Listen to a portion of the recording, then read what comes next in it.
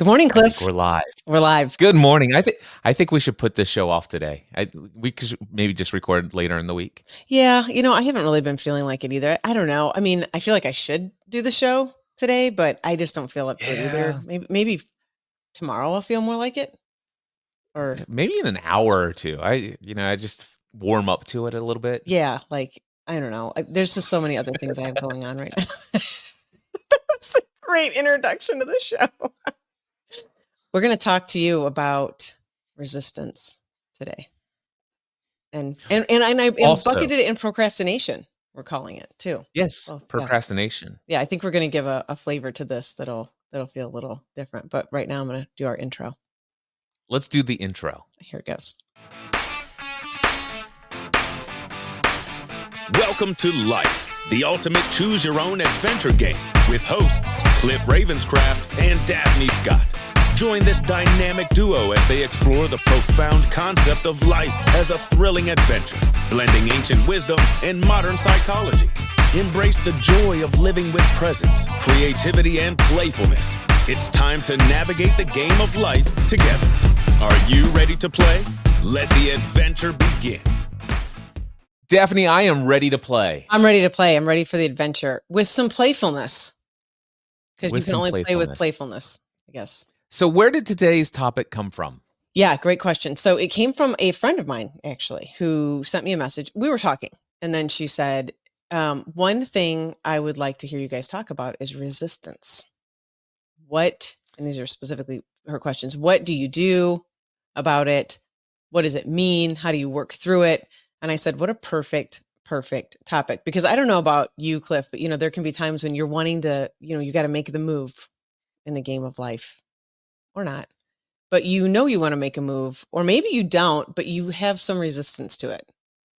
You're sort of fighting. Yeah, one of the things that I did is I was looking at the outline for today to find out what you had cooked up for a topic for us to discuss. And you used the word procrastination quite a bit in the outline. And so immediately it had a lot come up for me as my experience over the last several years with procrastination, and used to feel a little bit of guilt, a little bit of shame around the idea of putting things off and not getting things done. Led to some feelings of maybe I have a lack of self-discipline and all of Yes. those different things. And while there are still some aspects of maybe some things ought to be done, or it'd be nice to really accomplish a couple of things, I've really evolved over the years when it comes to the topic of procrastination. And even on my side of the stream, because we're not only recording this for a podcast episode, but we're streaming this live on the internet. You're streaming it out to your social channels, and I'm streaming this out to my Facebook and my YouTube channel. Yeah. And I give it a title. And so today I titled this thing "Procrastination is a Form of Enlightenment." And that's where I kind of sit on this whole Love it. topic of resistance. Yeah. I kind of like say, why am I resisting this? And maybe that's not a bad thing. Yeah. Well, okay. So I don't want to jump too far ahead because I'm a word sort of person. I think words create worlds. And I think oftentimes I can not give enough distinguishing features about what I mean when I talk about certain things. So I want to do that first. However, what you just did, Cliff, is you asked a question. And I'm imagining that one of the ways you deal with what we're calling procrastination, resistance, and I'm going to make some distinctions. You have found a way, when you said enlightenment, you have found a way to really source curiosity around like, wow, what is this? And to be able to source a certain level of curiosity, you are letting go of a lot of the judgment and criticism you might have of yourself. And that still might lurk in the background. We have some version of that, but nevertheless, when you can get to that point, so we're going to talk about that. We get to sort of like, how do we work with this experience that so many of us have as human beings of this, what seems like procrastination. And that's a distinction I want to make before we get into anything else. Like, what are we really talking about here?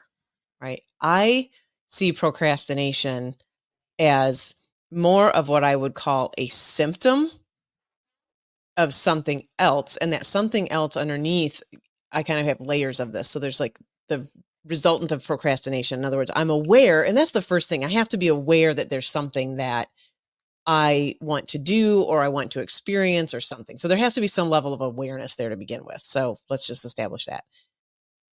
Underneath that, though, there's this form of resistance. And what I have found in myself and in working, coaching clients, working with people, is there's this, and you'll get this right away, I think, there's this resistance to some experience, to something I am going to experience. And typically it's an experience of feeling not so great.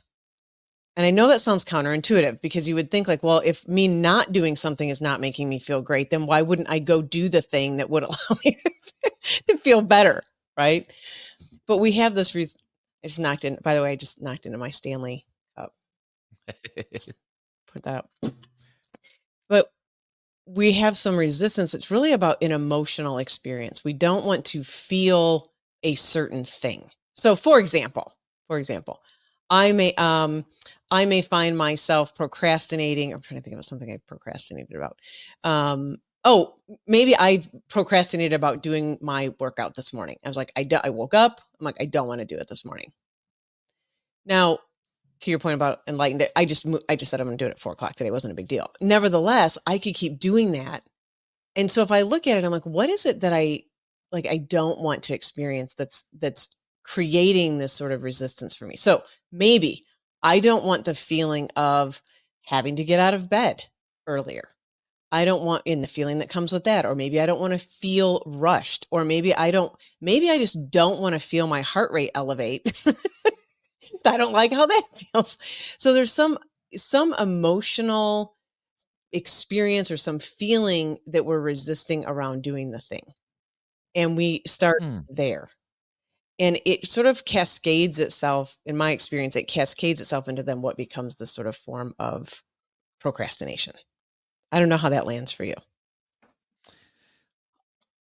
I'm tracking with what you're laying down, and I would say there are certain elements of things of that nature that I identify with readily and easily. Yeah. But when I think of procrastination, I think of it more of along the lines of, okay, I've got this. I'll give you a perfect example. Yeah. It was back in September or October of last year. I recorded a live stream with my friend Jessica Rhodes on the topic of guesting on other people's podcasts. What's the value of it? What's the benefit of it? How do you do it effectively? I mean, it's an incredibly powerful conversation. The stream of that's in the archives of all of my live stream social media channels. However, the actual recording, audio, high res version of that audio recording is still sitting right here on my desktop. I'm looking at it over here on my desktop. Okay. And about 2.5 weeks after that live stream, I had put it on my calendar, process, edit, and publish Jessica Rhodes' interview as an episode of the Cliff Ravenscraft Show and podcast Answer Man. And when that day came along, I'm like, it's Friday. You know what? I'm not going to do that today. Let's move that to Saturday. And then Saturday, I moved it to Monday. And Monday, I moved it to Friday. And I kept doing that and kept doing that. By the way, remember, this was recorded in September of 2023. Okay. It is February 5th of 2024. I still have not done anything with that episode. Okay. It's still on my calendar.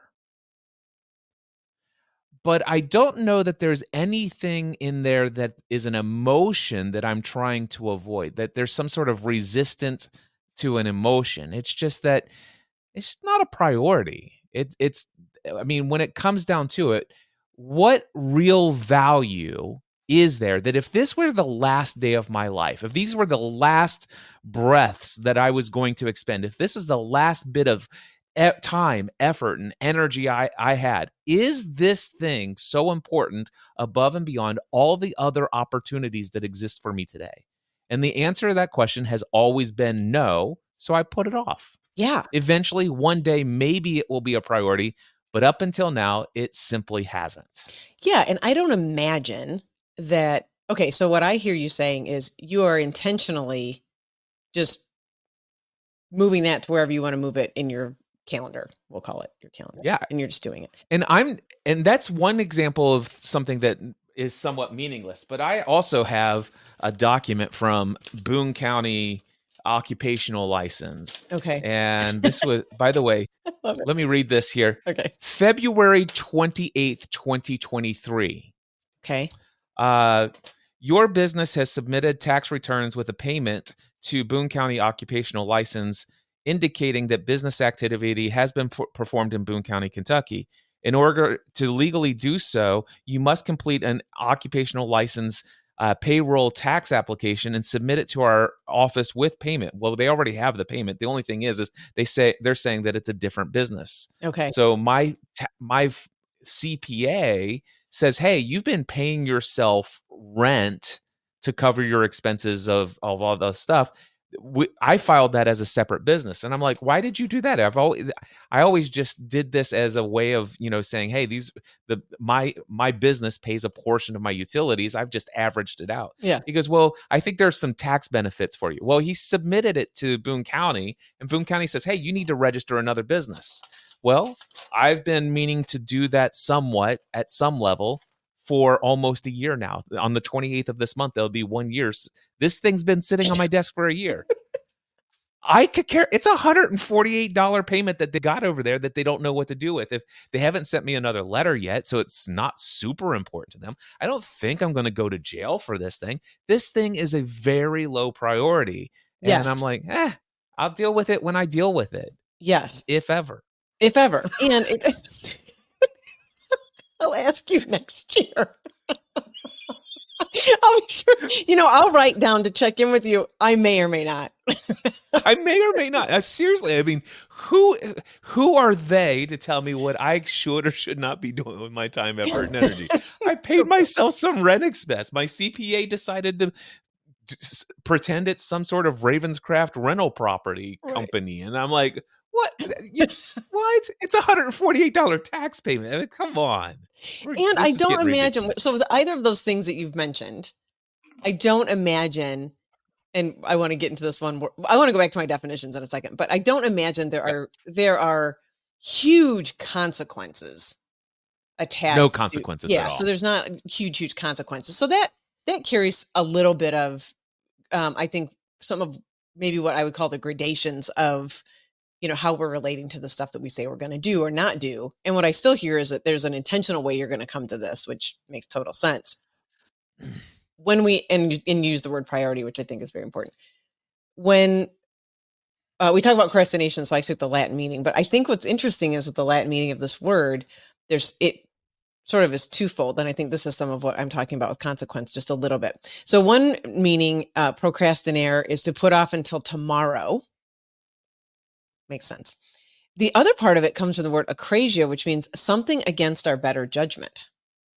I thought that was interesting. Something against our better judgment. And who determines which judgment is better than the other? That's the question I would have with that part. Yeah, I think that's a great question. Because is our better judgment, is it based upon our conditioned beliefs, the way that people have told us to evaluate what is good, what is bad, what is better, what is worse? Yes.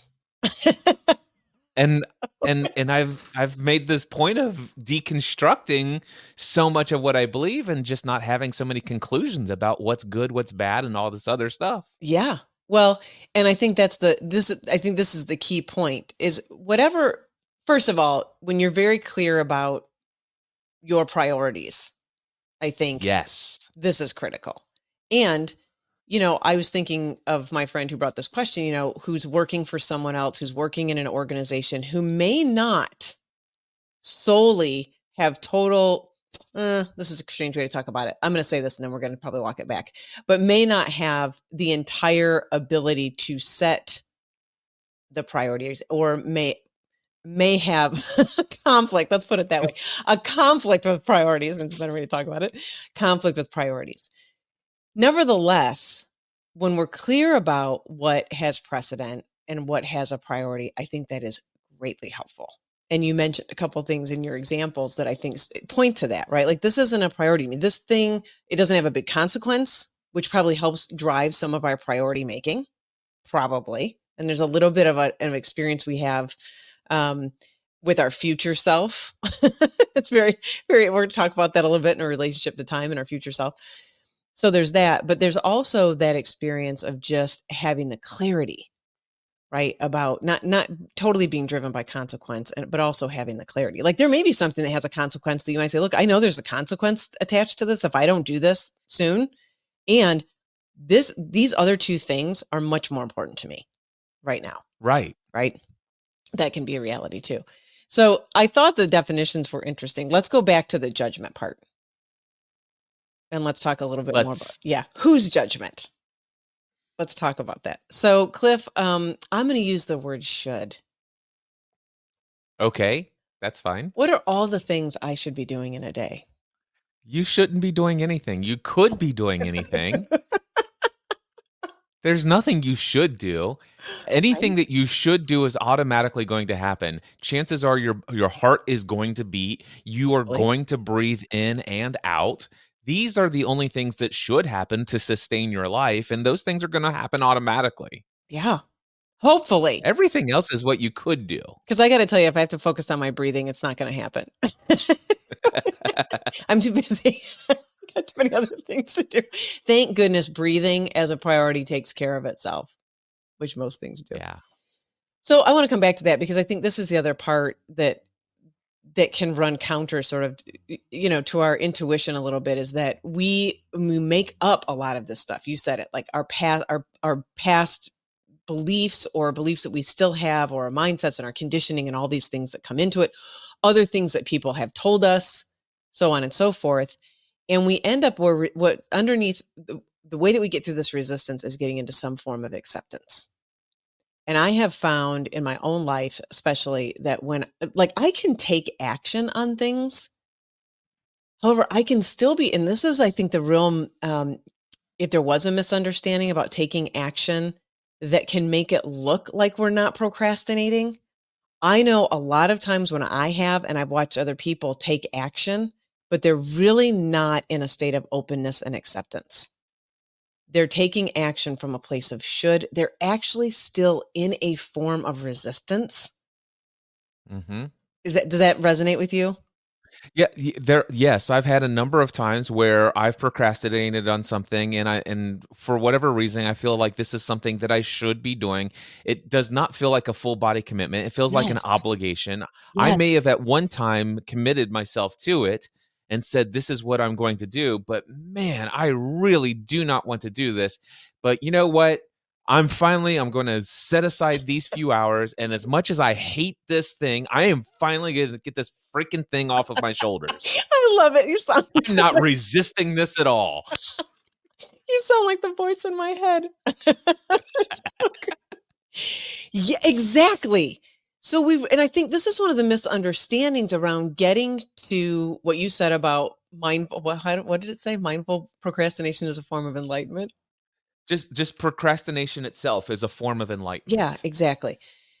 And this is what I watch people do quite a bit, is they will brink themselves, they'll force themselves, something brinks them that gets them where they now are forced to take action. Now action has become a have to. And this is where I was going with consequence, right? It becomes a form of a have to. And really, you're still in a form of resistance. It just looks different. Yeah. So my sort of insight around this is that the experience of taking action from that place usually also doesn't create the highest level of resonance for us. It doesn't feel as alive as it could when we're taking action from a place of first acceptance, of even the acceptance, like, I don't want to do this. And can I just be with that? And, I don't know if this is true for you, Cliff, but I had to really work on owning my no for quite a while. Like just having a no to the things that I didn't want to do. Or you mentioned maybe I committed to something and then Friday rolled around and I didn't want to go to the party anymore. Right? Sounded great at first, and then I just didn't want to do it. There's no one that's forcing me to go to a party. I don't have to be at the party. There's no, I didn't say I was going to do anything at the party. I just don't want to go. So getting in a space of really owning our no, I think is the other part. And I think that is where some of this resistance comes from as well, because I don't know about you, but how many people do we want to try to please? Right? How many people do we want to avoid disappointing? I'll let you react to that. Or so for me, I've definitely have had a lot of experience of that in my lifetime. Mm-hmm. And thankfully, I first of all, being free flowing with the no, I discovered for me the answer to that was being very clear on what my yes is. Yes. Once Agreed. I have clarity on what I say yes to, what is my desired values. And values, I mean by ends values. I'm talking about what emotional states do I most want to experience, and what are Yes. the things that will allow me to attain those emotional experiences. And when I discovered that all my emotional experience of life can be manufactured from within, then it's like, okay, now what do I want to create, knowing that all of this is possible, that there are a lot of opportunities and things. It's like, okay, these are the things that these are my commitments, these are my priorities, these are the things that I'm choosing today, that I'm saying yes to. And therefore, by default, my answer to everything and everyone is no to everything. Yeah. It's just no. My kids, all three of my kids, if you ever get a chance to chat with them, ask them about, hey, just say, what is your dad's response to any and every request you ever ask of him? And they will all tell you his immediate answer is no. Yeah. Anything to everything. And they know that they must create compelling arguments on why I should, if Right. reconsider and give a yes. And they're going to not win that for a very long time. It's just that I have set in my mind what I'm doing today, and anything to deviate from that is a no, unless you can convince me otherwise. So make your best sales pitch, and we'll talk about it. Yeah.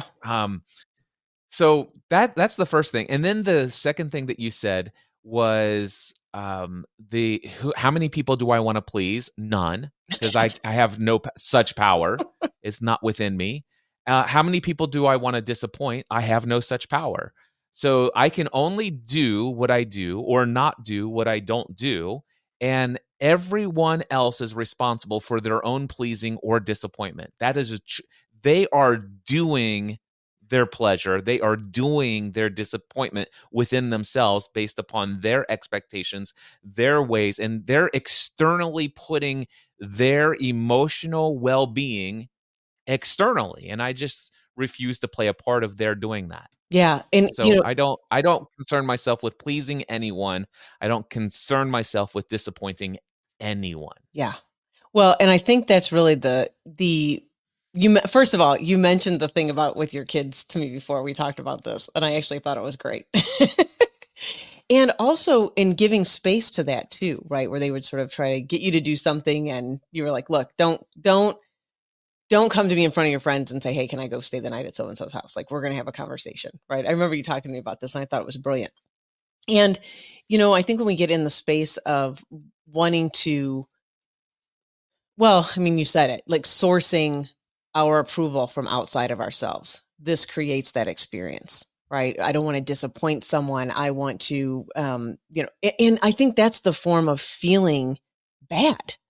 It's a way that we feel crappy. So one of the things that will make me feel crappy is I feel like I'm going to say no to this, and I'm going to disappoint someone. So I don't want that feeling.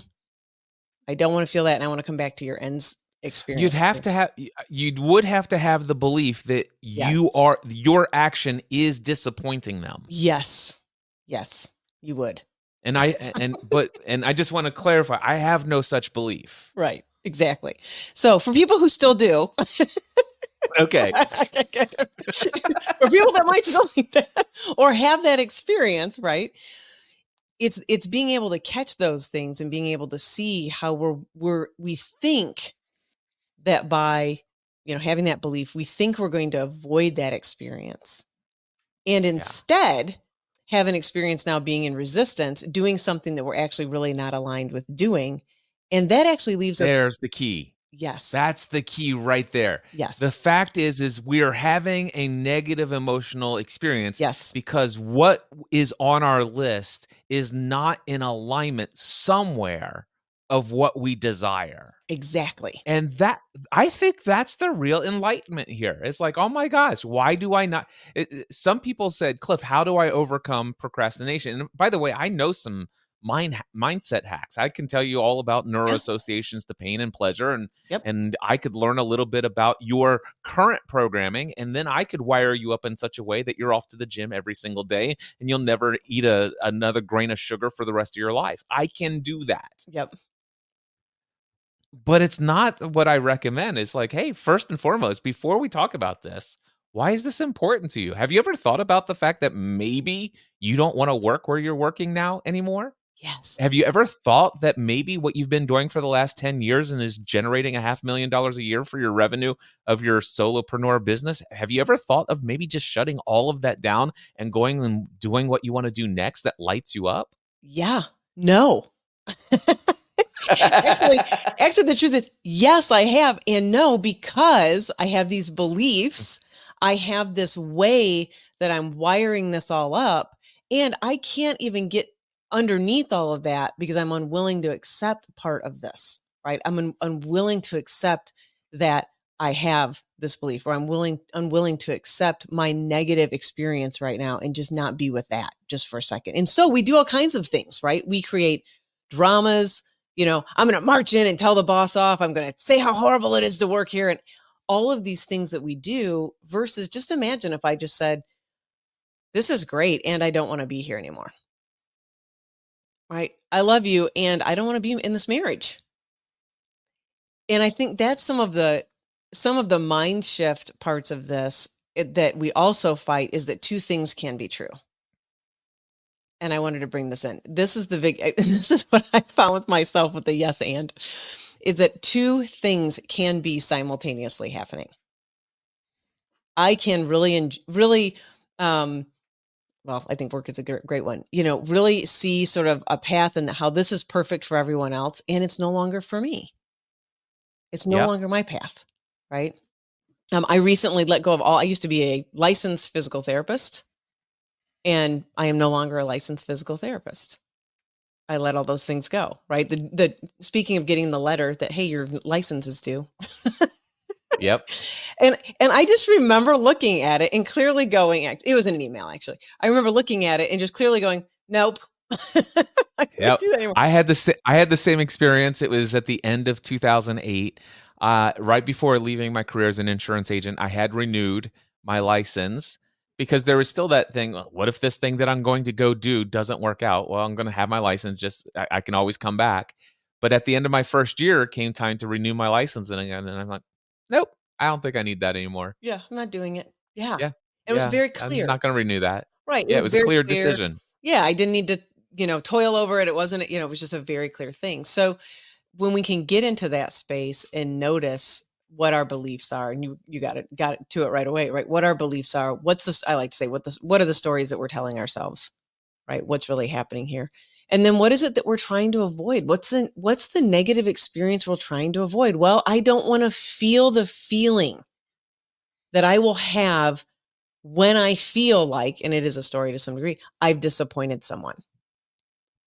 Well, what's that feel like? Have I disappointed someone? I'm not responsible for their disappointment at the end of the day. Daphne, it would be helpful for me, because sometimes I struggle to involve myself in talking at depth about hypothetical situations. Yeah, for sure. Can we get into some possible, like, real case, real life scenarios? Like, one of the things that comes to me, for example, is I used to want to work out and be physically active, but I would put that off because for various different reasons. And if I get there, it's like, okay, so, well, the reason why I was procrastinating on that had everything to do with my belief systems and what I was going to feel. Number one, it's going to be inconvenient was the first thing that came to my mind. It's a good one. I have to get in my car. I have to drive to the gym. and potentially sit in traffic and all this other stuff when, so that it's inconvenient. Number two, it takes up so much time. So My time could be better used over here. I could get an earlier start to my day and all this other stuff. The fact is that I go in there, everybody looks all healthy and buff and stuff like that, and I look like me. And I wonder, are people going to judge me for the way that I look as much as I'm judging myself for the way that I look? yes. Not to mention the fact that it seems like every time I go to the gym, which is sporadically, but every time I do, I come away and I'm so sore. It's somewhat painful and all this other stuff. And so when it came down to it, there was a number of reasons why I would procrastinate on regular, consistent physical activity. Yeah. But going to your friend who asked the question, how do you overcome something like that? Well, first and foremost is like, well, is it important for me to even work out? I mean, I could just choose that it's just not a priority, which, by the way, I did for a very long period of my time. But the reality is like, I think I would actually like this to become a priority. I think there's a number of reasons why working out would be beneficial to me. I think I'd have more energy. Be more productive. I'd get more creative. I would be more physically healthy, maybe potentially even live longer with some factors that are inside of my control. So I think there's a number of reasons why I would like to stop procrastinating on going to the gym on an ongoing, consistent basis. So in answer to your friend's question, how do I overcome that? I have to actually go in and say, well, what do I believe about going to the gym? And I've shared what my beliefs were before. Yeah. But let me share with you what I had done. I'd gone through a program called Creating Lasting Change. And he talks about Tony Robbins. Mm-hmm. And he talks about the fact that it's the associations to pain and pleasure that cause us to be motivated to do something or not do something. And that's where you're getting at. What are the Yes. emotions that I'm trying to avoid? I was trying to avoid the emotion of feeling inconvenient, losing time, all of these other negative things that I thought about every time I thought about going to the gym. Well, what happened was I actually started to rewire my beliefs. Yeah. So, for example, number one, I love the fact that I'm commuting to the gym. It's a 20-minute drive, and now it's an opportunity for me to listen to personal and professional development. And that nurtures my mind and it gives me a different way of thinking. And also, I've learned scientifically, it's proven that when I'm in motion, that what I'm hearing and learning actually sticks in a different way. Mm-hmm. And so there are certain things that Tony Robbins has said in certain way. I can tell you where I was, what I was passing the moment I heard that the first time. So it's like, oh man, driving to and from the gym is an excellent way for me to learn, to study, to grow. And then while I'm at the gym, you know what? It's amazing to be surrounded by other people who have a commitment to their physical fitness and health. You know what? And these people have great looking physiques because of that consistent investment. And I know that if I make that consistent investment, I'm going to see a better physique and I will be like them. And you know what? Some of these people may judge me. I have no control over that. But I do have control over whether or not I judge myself. Right. And the other thing is that, you know what?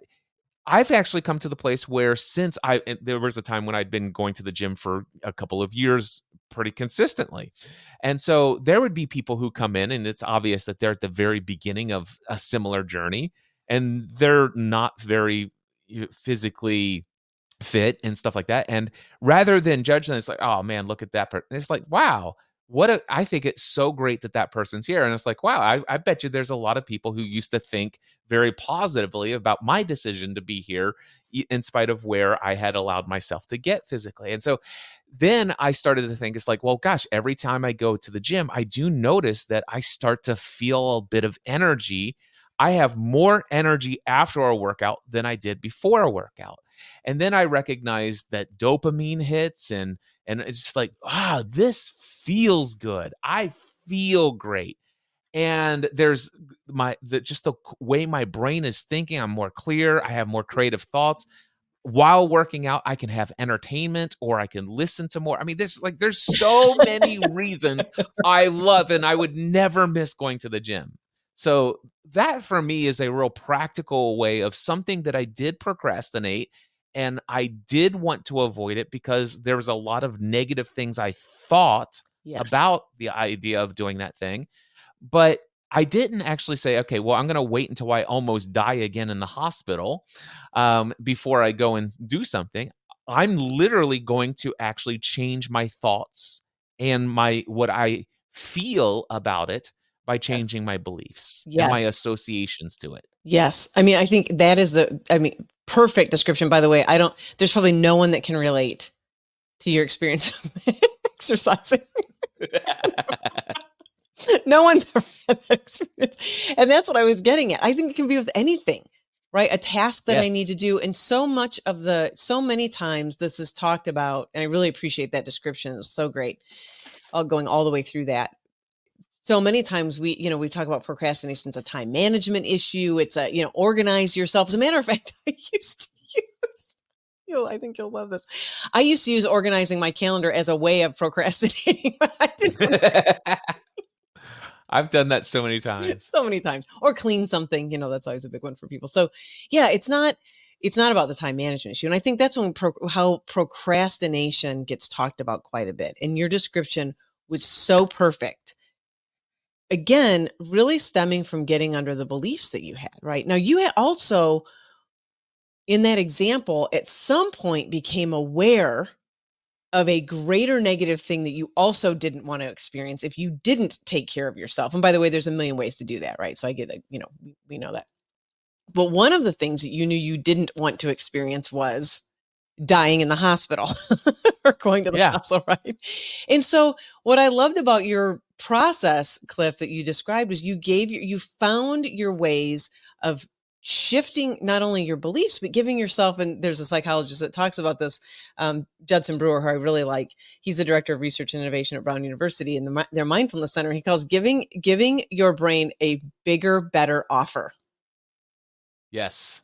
And I just love that. It's sort of like, okay, well, what's the bigger, better offer? Well, I get to work on my personal development, my 20-minute drive to the car, to and from the gym. I get to experience my learning through my body, right? All of these things that you described.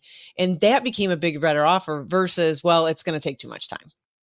Well, it's inconvenient, Yep. right? Well, I'm going to get judged.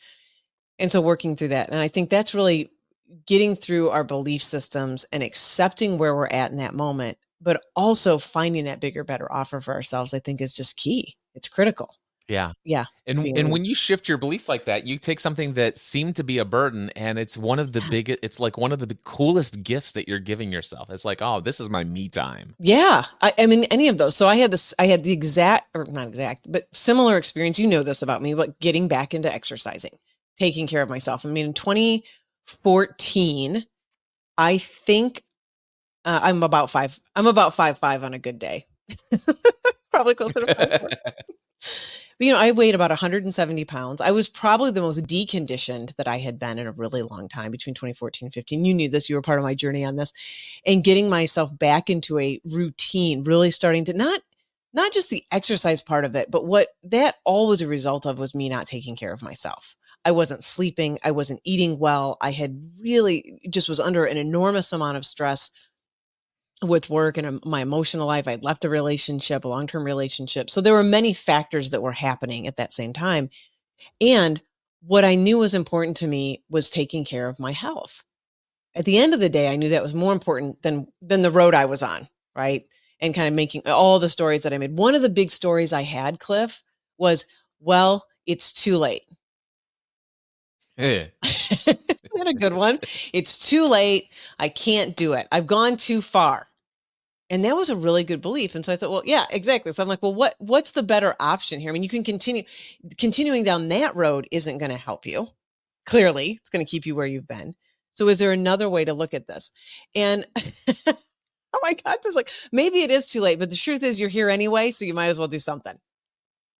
Right? Who knows? I don't know if it's too late, right? I'm here anyway.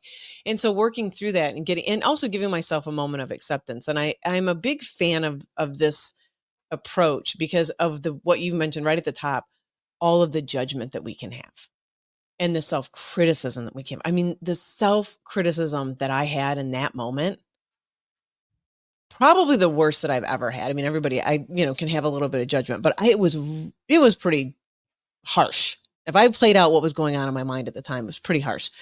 So getting to some level of acceptance, like, look, this is simply what is for right now. You can continue on that path if you like, and that's fine. You can do that. However, if you find that you have a bigger vision for yourself, if you find that you have something else that you would like to experience, Daphne, this is all the voice in my head, perhaps you might want to start taking steps in that direction. And what would be the one step that you can take right now? Here's the great learning that I had. I have never yet, and it could happen. It could happen. The opposite could happen. I have never yet completed a workout and finished and thought to myself, man, I wish I wouldn't have done that. I have never had that feeling either. And I've had some workouts where I went out to the car and I literally had to lift up my arm to the steering wheel because I completely worked my biceps and triceps to failure.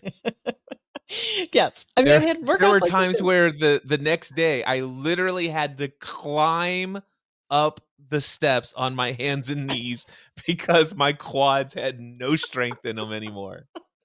I destroyed those things. Yeah, yes, I remember. And DOMS, delayed onset muscle soreness, is a real thing. For days. Wow. Yes. So much pain. But you know what's crazy? Yeah. Is I actually loved there's the feeling of pain that comes from knowing that you've literally destroyed every bit of tissue in your muscle is amazing. It is such a great feeling. It hurts, but it is such a great feeling. You know you've done something. Yes. Something is happening in there. Yeah. I mean, I've never had that experience, so I've learned that. So my bigger, better offer to myself, right? I've never done a workout yet where I have finished and said to myself, I wish I wouldn't have done it. That was really, I mean, it's been hard. I'm not saying I haven't had hard workouts. Absolutely. Plenty. But I always feel better afterwards. Always. So I think getting to that experience too can be really helpful. So as people are working through their acceptance, they're working through what is it that is really truly a priority for themselves. And I want to come back to obligation. And I think you just did a show on obligation. I thought you did some show recently on obligation. Maybe I'm just making that up, or some version of that. I do all sorts of stuff, but I can tell you my favorite quote about obligation is most people are undercommitted and over obligated. Yes, exactly. And you know this, my favorite quote in that same vein is from Gay Hendricks. And he says, you'll never have enough time to do the things you don't want to do.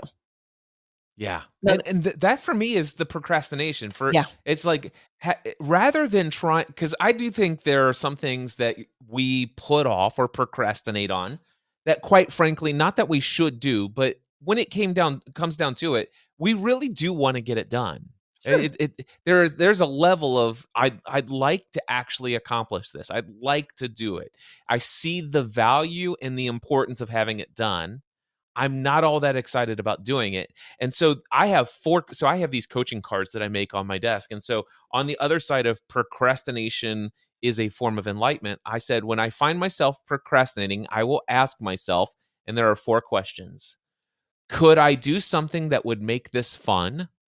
There we go. So that's changing the neuroassociations. Yep. Number 2, could I seek help in getting this done? 3, could I delegate this? And number 4, oftentimes my favorite, could I just delete it? Just stop moving it to the next week. Just delete it. If it comes back, I can maybe find it. I can recreate it, whatever. But just, maybe the Boone County thing just goes in the trash. I don't know. Well, throw it in the trash right now. Or maybe you want to just make a reminder for yourself to check in a year if they haven't contacted you. I don't know. Well, it's February 28th is coming up. It's coming up on its 1-year anniversary. My CPA is probably going to do the same thing with our rent expenses this year. Right. And maybe, just maybe, this year will be the year I go and create a new occupational license for Ravenscraft Rental. We'll find out when you get there. So let's come back to, because I mentioned this. We'll find out soon enough. I was just picturing in my mind, what would it look like? What are the other tax benefits of having Ravenscraft Rental? There might be some.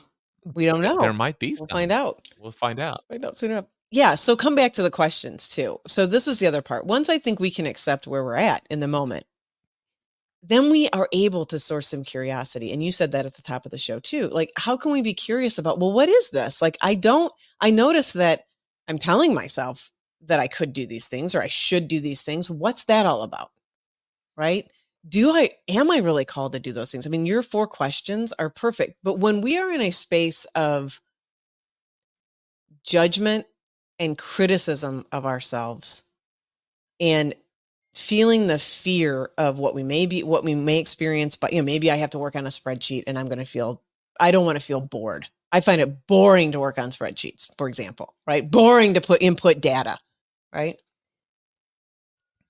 I can ask myself a series of questions. I loved your last one. Can I delete it?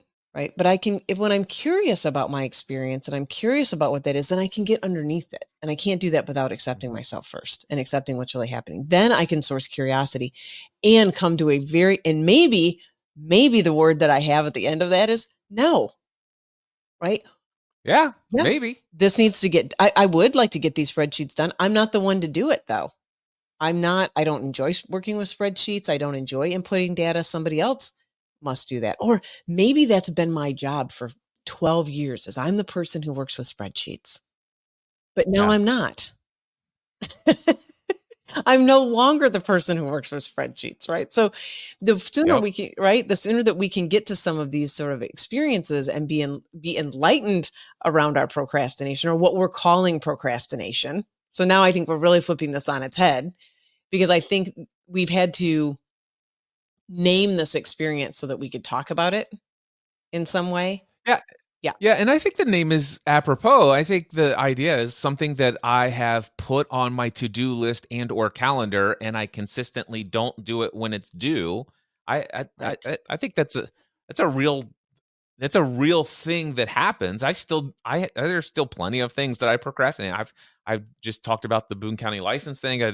I'm sure the Jessica Rhodes podcast interview, that's not the only one, by the way.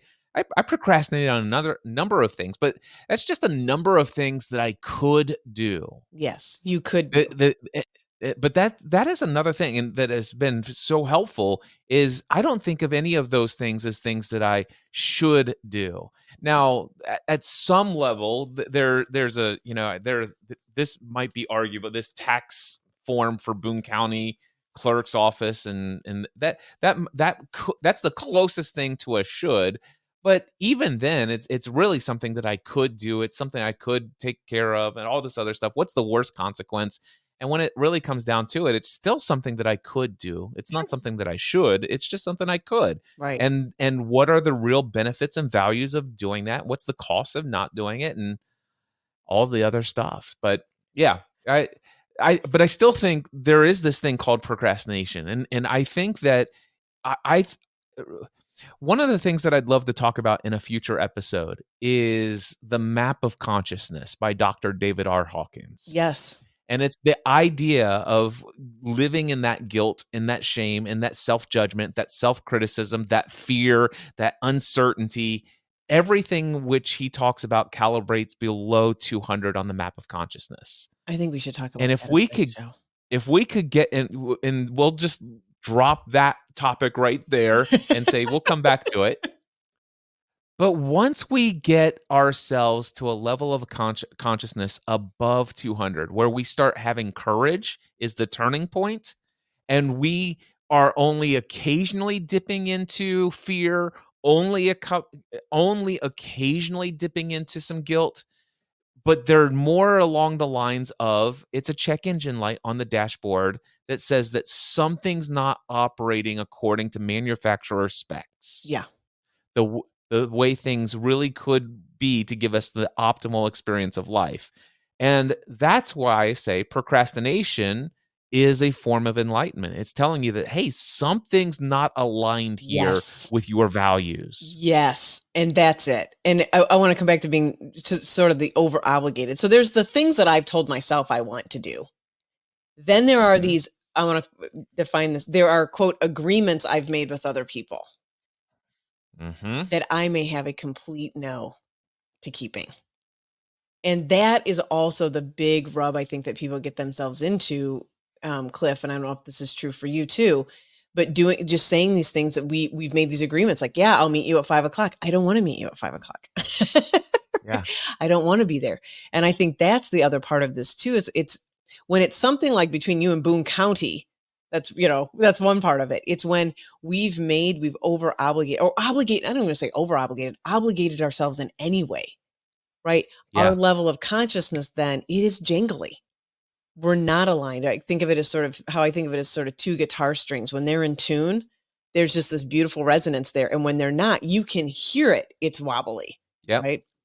It sounds very wobbly. So yeah, I think we should talk about that. And so what is it like then to move from this space to have this thing we call procrastination be that check engine light for us? And instead of coming at it from a form of judgment and criticism of ourselves, really coming to it from a perspective of what is it telling us? Right? What is it telling? What would I have to believe to feel the way that I feel about this task that I somehow at some level feel is important? Yes. What do I have to believe about this thing? That's the first question. What would I have to believe to feel this way? Yes. I think that's the whole thing. So making sure that people understand this is not a time management problem. It's an emotion. One of the scientists that I read, he did a study in 2013, said, it's an emotion regulation issue. I think emotion regulation is a little strange of a term. However, what that person and what these researchers are pointing to is exactly what we're talking about. Like, what would I have to believe to be creating this experience that if I don't stay in this job, right? If I don't keep doing this work, that it means something about me, or that I'm going to disappoint people, or all of the negative effects that I think are going to come out of this, that therefore tie me and chain me to this thing. And now I'm not wanting to do any of it. Yeah. Right. And there's also this quote, and it's from an ancient book of wisdom called Proverbs, and it says that without vision, the people shall perish. Yeah. And having a vision of what's valuable, what's important to you, what you're looking to create in this world, what you want to experience. Without that, you will perish in this endless decision of what should or shouldn't be done, what you should or should not commit yourself to, and Absolutely. the obligations you have. And I'll give you a perfect example of this, because again, I like to deal with concrete, real life examples. I have a client that I'm working with, and she currently sells Facebook ads. She's a digital marketing expert. Okay. And she is incredible at it. Although she's as bored with that as I was back in the day when I was teaching people how to, get rid of the buzzing noise in their podcast audio back after more than 12 years of teaching people how to podcast. And so I'm like, listen, I get it. You don't want to pick up more Facebook ads, but you want to create a profitable career as a coach. Currently, you have not had at least 4, 5, or 10 clients say yes to a coaching proposal yet, which means there's no income coming in consistently to replace your income from your Facebook advertising. So if you want my honest, real advice, go get more Facebook ad clients while having more coaching experiences, making more proposals, and working through all of the no's until you get about 5 to 10 people who say yes. And the more consistent you get with people who say yes, the income will go up. But here's the situation. I do not recommend that you continue to sell Facebook ads if you're going to hate every minute of selling Facebook ads. Just as an example. So here's the situation. We need to change how you're framing your experience of saying. You need to see that every Facebook ad customer, every minute you devote to putting an ad online for a customer, is you doing something that you're incredibly gifted at, that you know how to do, you're efficient at it. People already have this issue, and they're willing to give you money to fund your growing of the work that you want to do as a coach. Yeah. What a gift that is. And what I do is I actually create a different neuroassociation to selling Facebook ads. Every minute that I get paid to do Facebook ads is a minute that I'm getting paid the financial resources necessary to give people complimentary experiences of my coaching, so that after a session or two, I could ask them, would you like to have a conversation about what it would look like for you and I to have an ongoing paid coaching relationship? And eventually you'll get so good at that that people start saying yes to that. And eventually you'll be able to take less and less Facebook ads, and you'll go full time into this. Yeah. And then all of a sudden, now that person used to procrastinate on their Facebook ad activities, and now they're actually fully engaged. And it's not like they're like, oh, wow, I love this so much, I don't know that I need coaching anymore. It's the fact that they love coaching, and they're so looking forward to building a profitable coaching business that's allowed them to enjoy the process of doing the Facebook ads for a season. Yeah. And I mean, you sort of flipped it around, right? Like flipping the script on. But I think that's the bigger part of what you're getting at too, Cliff, is that neuroassociation, right? Which is what we're talking about, or what Judson Brewer called the better offer for ourselves. And how do we actually relate to these things, and and what I liked about what you just said there too, is that there's what I would call almost like a transition flip, that's happening, and giving that the space to allow that client to have that experience too. And what you talked about, I think some of the when we talk about zone of genius and being a zone of competence, you and I know zone of genius, right? We got that from Gay Hendricks, and in his book, The Big Leap. We can think of it as a big leap, right? I'm going to jump from here to here, right? Like, I've got to scrap all this and start all new, which people have done, and some have done, effectively. Also, there can be this sort of what you just talked about. Hey, look, what about this? Instead of just hating this every minute, what would it look like if we did it this way? And that's that's pretty brilliant. A lot of people, when they watched me in 2017, I had read The Big Leap. I think it was in September of 2017. Yeah.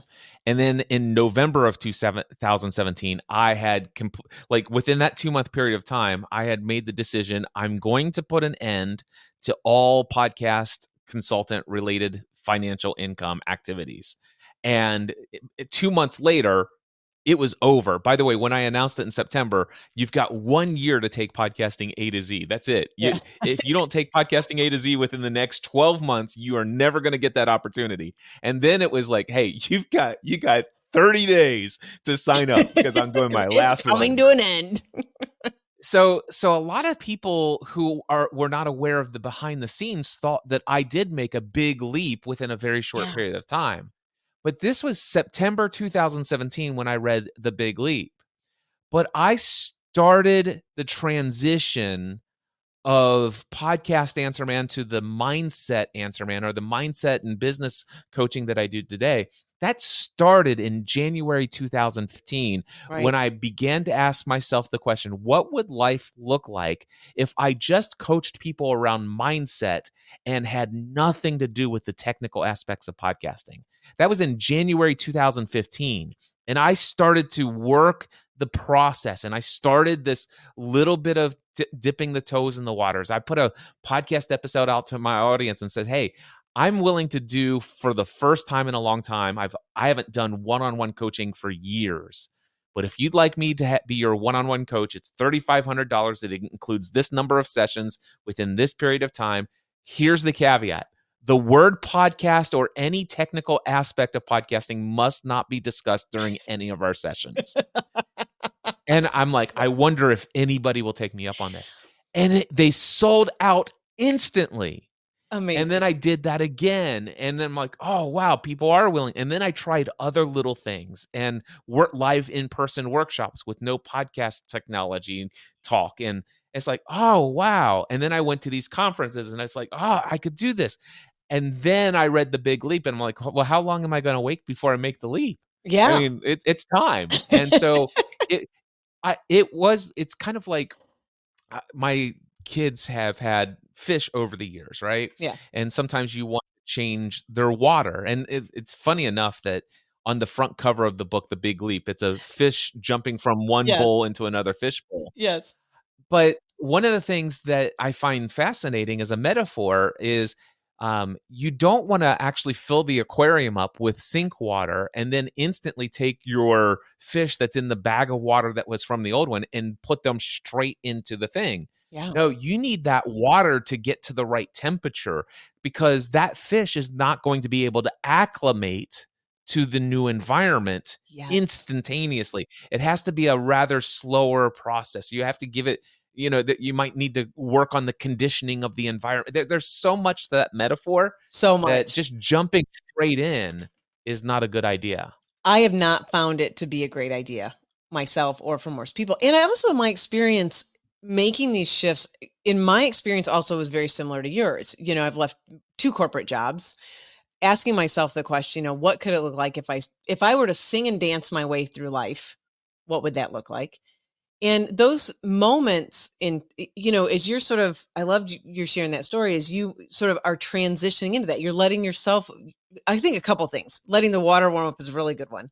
Also, when you start setting the vision for yourself to live your life the way that you want to live it, to do the work that you want to do in the world, I have found that my neurological system, my temperature setting has to be willing to get that high. Right. I mean, Gay Hendricks talks about that. And we should just talk about that book. I know you've done episodes on it, and so have I. But, it takes a minute for your neurological system to get that way. I mean, go back to the levels of consciousness that you talked about with David Hawkins, right? We're stepping into a new zone. So it's going to take just a breath or 2 or 10 or 1,000 to allow ourselves to wire ourselves, to get to that level of wiring. Right. And into that level of space. And so I think if we can continue to have some acceptance and some understanding of ourselves and source curiosity, I think we can get to these things and move through these forms of what seems like resistance or feels like procrastination, feels like us fighting these emotions, because I think we get on the other side of it. And then, Cliff, here's where it gets really dicey, I think, or spicy. I'm going to say spicy. Why wouldn't we want to feel good all the time? Yeah. Right. And what is wrong with feeling good all the time? I'll never forget the first time I ever read that question in The Big Leap, and I'm like, my first reaction, no kidding, what a stupid question, as if that were possible. What a dumb question. Isn't it me feeling bad that makes the feeling good worth it? Exactly. And I'll never it took about 2.5 weeks to at least accept, what if it were possible to feel good and have my life go well all of the time? Yeah. Only to about a month or 2 later actually have a full body commit. I am committed 100%. I will do whatever it takes to feel good and have my entire life go well all of the time. Yes. And that was a transitional period. Yeah, it really is a transitional period. And so I love how we've gone from procrastination to this experience, because I do think that underneath it, what we're getting at is how we set up our beliefs and how we are working with the stuff going on in our mind, right? And once you're starting to get on the other side of, okay, what is this procrastination experience? What is this thing that I'm resisting? And you start working through that, then you start to realize you're getting to like, well, what do I want my life to look like? What do I want to experience? Yes. And that's why I don't think we've actually taken any leap away from the actual topic of procrastination. Yeah. Procrastination enlightens you to the fact that there's something in your experience of life that isn't what you want at some level. Yes. And if you could just see it for that and say, what's behind all of this? And you may want to at times create different ways of framing and associating the neurons in your brain to pain and pleasure to get yourself to take action on some things that you might feel is important to get done. That's right. That's exactly right. But you also may find that you want a small or radical shift in your experience of life. And all of this is incredibly powerful. And it's why when somebody comes to me and they say, listen, I am stuck. I can't get myself to get this stuff done. I'm like, this is awesome, because I know there's a lot to be learned from this experience. And now we can work through it. I love it. And it is awesome. Yeah. So if you have found yourself, you're listening, thank you so much for the question too. And letting us talk about this. But if you're finding yourself in a resistance, we know just what to do, right? You know just what to do. And I think we just wrap up this show. So much we can talk about. Yeah. Yeah. So much more. So much. So much more. So we hope you enjoyed the show. You can find us at chooseyourownadventurepodcast.com. You can leave us a message, and I'll put the link in the show notes to do that if you'd like to leave us a voice message, or if you'd like to hear us talk about more. I think, Cliff, you had some requests. We're going to talk about the levels of consciousness. I think that's a great. Oh, I can't wait. That has everything to do with how we're playing the game. Not that we're playing a game. There's everything to do with how we're playing the game. And there are a lot of ways to play the game. So you can find us there. You can also find Cliff at cliffravenscraft.com. And I highly recommend cliffravenscraft.com. Yep. And check out his shows. And you can find me at daphne-scott.com. But we will be with you all. Oh, by the way, next week, we will be recording on a different day. We'll be doing the show on a different day. So awesome. Yeah. Sounds good. We'll see when that is. All right. Well, thanks for being with us. And we look forward to more great, exciting adventures.